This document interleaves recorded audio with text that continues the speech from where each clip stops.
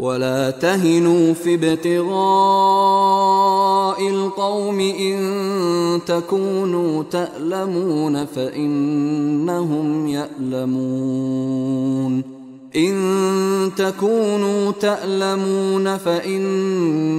يألمون كما تألمون وترجون من الله ما لا يرجون وَكَانَ اللَّهُ عَلِيمًا حَكِيمًا۔ وَلَا تَهِنُوا فِي ابْتِغَاءِ الْقَوْمِ، اور دیکھو اس قوم یعنی اپنے دشمن کا پیچھا کرنے میں سست نہ بنو۔ اب تو یوں سمجھیے کہ جو حق و باطل کی جنگ ہے وہ آخری مرحلے کو پہنچ رہی ہے، اب آخری مرحلے پہ آ کے تھک نہ جانا۔ وَلَا تَهِنُوا فِي ابْتِغَاءِ الْقَوْمِ، ان کا پیچھا کرنے میں سست مت پڑو، ہمت نہ ہارو۔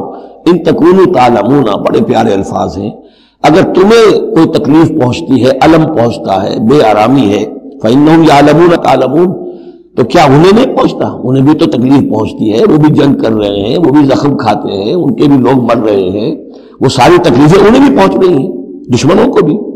وَتَرْجُونَ مِنَ اللَّهِ مَا لَا يَرْجُونَ، اور تم اللہ سے امیدیں رکھتے ہو جو وہ نہیں رکھتے، تمہیں تو جنت کی امید ہے، تمہیں اللہ سے مغفرت کی امید ہے، انہیں تو یہ بھی نہیں ہے، تو اس اعتبار سے تمہیں تو ان سے کہیں آگے بڑھ جانا چاہیے۔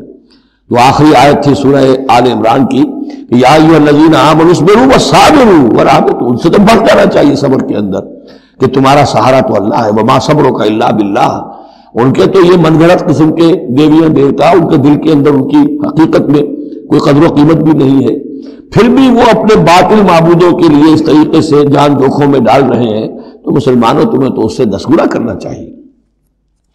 وَلَا تَهِنُوا فِي ابْتِغَاءِ الْقَوْمِ إِن تَكُونُوا تَعْلَمُونَ فَإِنَّهُمْ يَعْلَمُونَ كَمَا تَعْلَمُونَ وَتَرْجُونَ مِنَ اللَّهِ مَا لَا يَرْجُونَ وَكَانَ اللَّهُ عَلِيمًا حَكِيمًا، اور یقینا اللہ تعالی علیم ہے اور حکیم ہے۔